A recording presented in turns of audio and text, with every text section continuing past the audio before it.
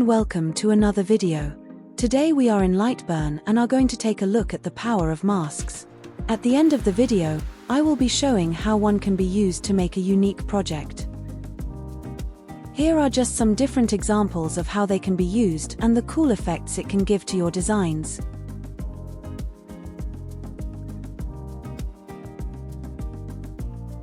This image has the text part removed, and then the text itself has its own mask to create this effect. Let's start simple. We can use masks to crop images, in order to just engrave what we want to see.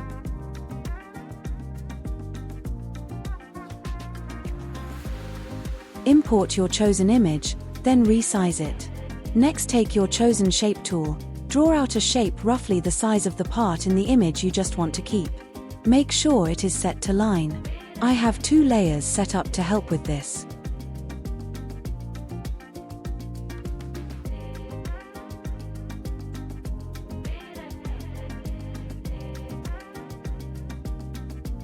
Now with your selection tool, select both the image and shape.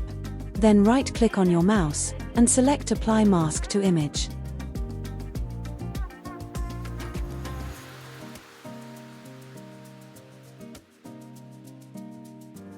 You will notice you can still select your image.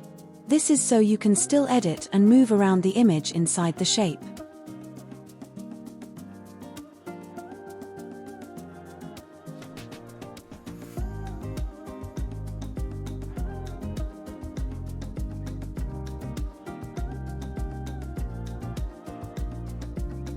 Once you are happy, you can leave it like it is, which as you can see is a cut and engrave layer, or right-click and choose Flatten Image. This will just give you the engraved shape by itself.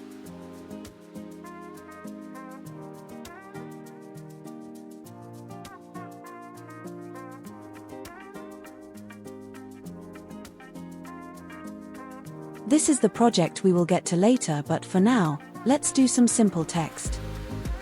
Write out your text and choose an image. I continued with the Christmas theme. Again, size it how you want, then right-click your mouse and select Apply Mask. Play around till you're happy, then just right-click and flatten if you only want to keep the image.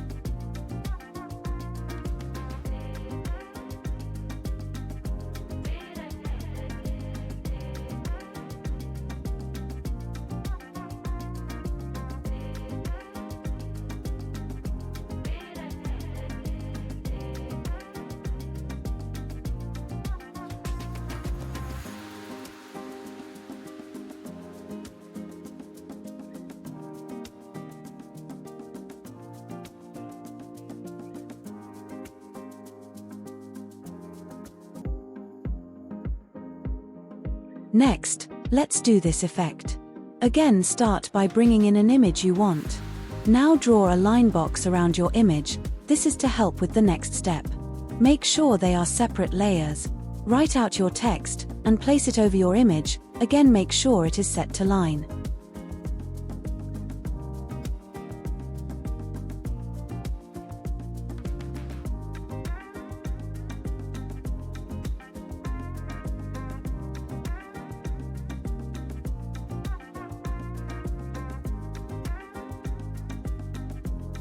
You now need to offset your text. The offset tool can be found on the side toolbar. Set it to how you want it. I forgot to make my text align, so had problems. I decided to keep this bit in the video in case you run into the same issue, but sped it up.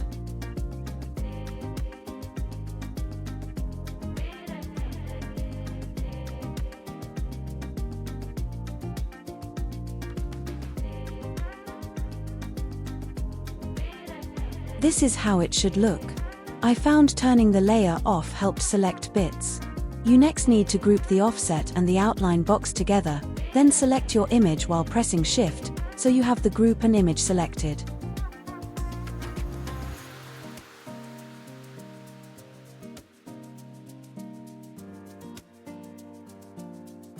Once you have the image and your grouped outline with the offset, right-click and apply the mask. This effect stops the area being engraved twice, which you would get it if you simply put the text on top. To make it just an image, we need to flatten it again, as currently it's an image and cut out.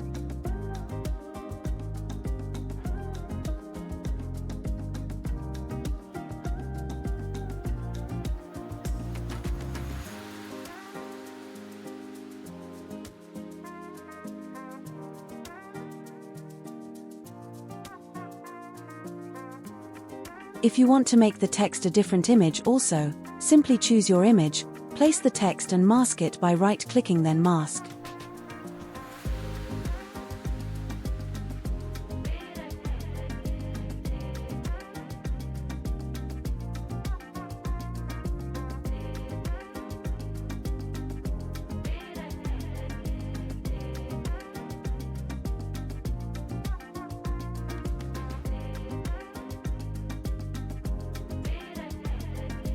Flatten the image again, then place the text back on the image and we are done.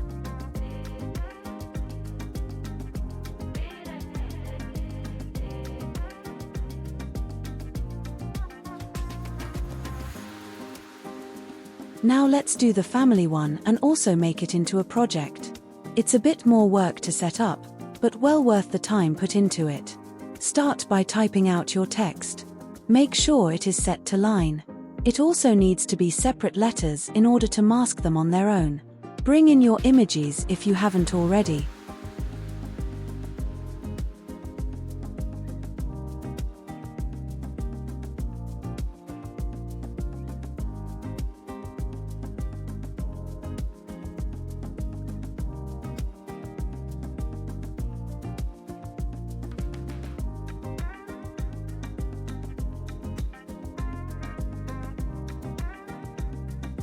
Then it's just a case of masking each letter individually, by selecting the image and letter then right-click to mask. Place and size them how you want. I then flatten mine, but you don't need to at this point, I just find it easier on my canvas. I will speed up my process.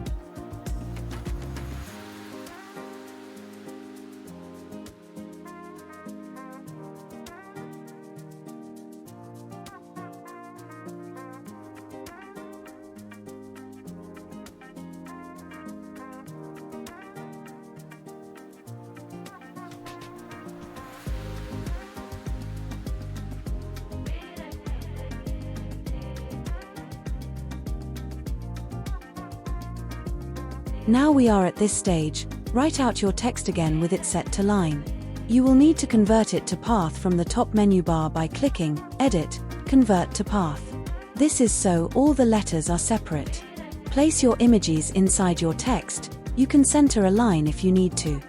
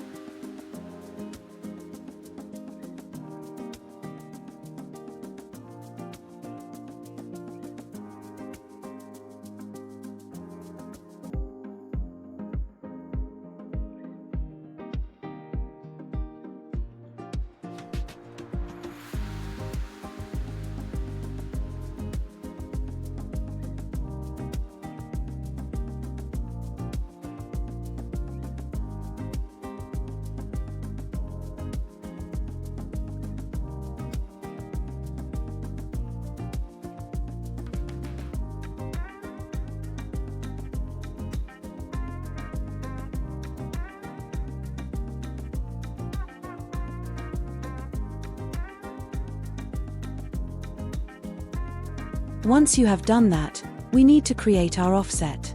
Type out your text, then select Offset from the side toolbar. Set it so all the letters join. If you have any gaps, you can ungroup your offset and delete them. Place your text inside by center aligning it. I felt my offset was a little too big, so made another but a bit smaller.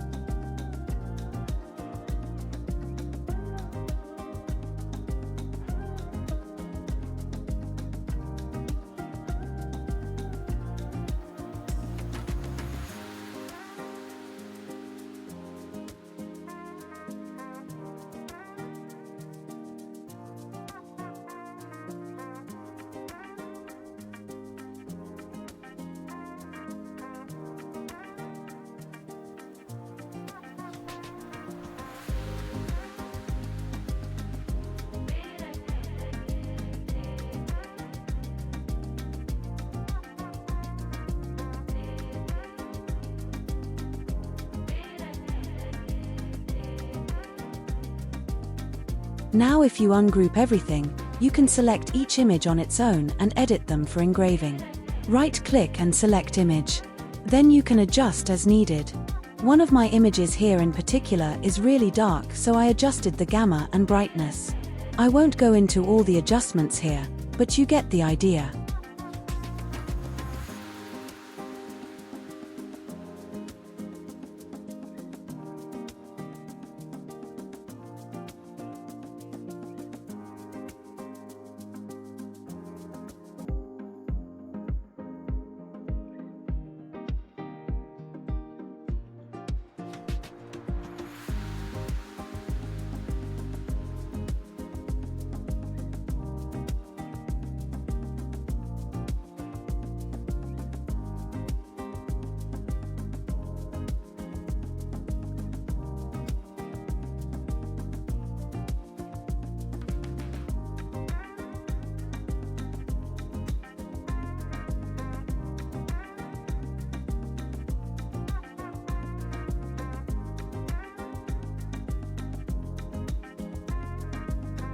And that's it, all finished.